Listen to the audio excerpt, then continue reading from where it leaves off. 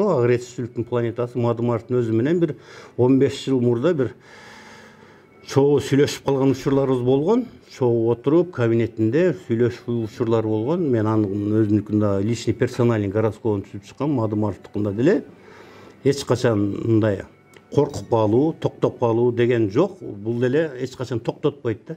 Түздүрүшөт, кээ бир өздөрү келе албайт. Эми ал чоң кызматта иштеген адамдар өзүнүн адамдарын жөнөтөт. Мага эмне керек? Мисалы, туулган жылы күнү, дата рождениянын бардык эле адамдар билет, мисалы, өзүнүн баягы дата рождения туулган саатын примерно белгилүү айтса, бир эртең менен 6:30, 7:30, ушу 8 ушул убактарда или 10, 11:30 же кечке маус 5-6 деп айтса, приблизительно болду. Мага ошол жетиштүү. Ошонун негизинде бардык нерсени чыгарып берип турса болот. Мен ошо Москвада астрология боюнча билим алып, ал боюнча иштеп келдик. Саясатчылары ал жактын. Эми алар Европадан үйрөнөт да сразу эле, Россия. Анан кечиги отуруп бизге акырында келет. Бул телевидение жагынан, бул радио, техника, инженерия жагынан. Бизде астрология жагы баягы мусулман мамлекети үчүн биздикилер бардыгын эле ширик дей берип, радио уксаң шайтан, телевизор көрсөң шайтан деп атып эле баарын шайтан кылып адамдарды коркутуп коюп атпайбы? Ошон үчүн мындай нерселерден алыс болуш керек. Адамдарды кыйла мындай сковывать этип, кол бутун байлап, чынжырлап коюп атпайбы биздин адамдардынчы. Ошону мына чыныгы муфтийлер, аалымдар, кыйын грамотныйлар бар го. Алар ошончолук, алар берки чала молда дин бузарларга окшоп, бул радио уксаң шайтан, телевизор көрсөң шайтан деп айтпайт алар эч качан.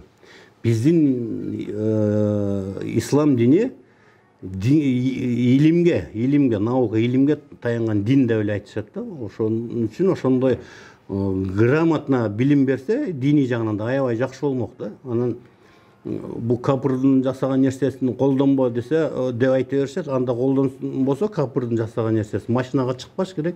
Капырдын жасаган самолеттун ажыга учуп барбай, самолетто учуп барбай капырдын жасаган. Анда пешком жөө барып келсин анда.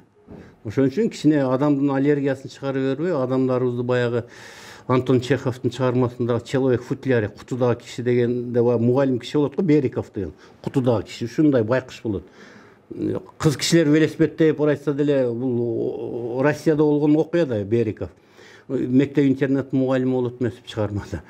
Аял киши велосипедде болбойт, буну чогулушка салып ушундай берген киши болот да. Эми ошентип Бериковго окшоп, кутудагы кишиге окшоп мындай чектөө кое берсек, биздин адамдарыбыз эч качан алдыга жылбайт да. Илимий негизде адамдарыбызды алдыга жылдырып сүйрөшүбүз керек да. Вот, мындай просвещение деп коет го, эл агартуу жагынан көп пайдабыз тийгизишибиз керек да. Мисалы, биз астрологдор деле, сиздердин сайтка окшогон сайттар, телевидение, радиолор массалык маалымат каражаттарды адамдарга просвещение, эл агартуу жагында жакшы иштер жасашыбыз керек.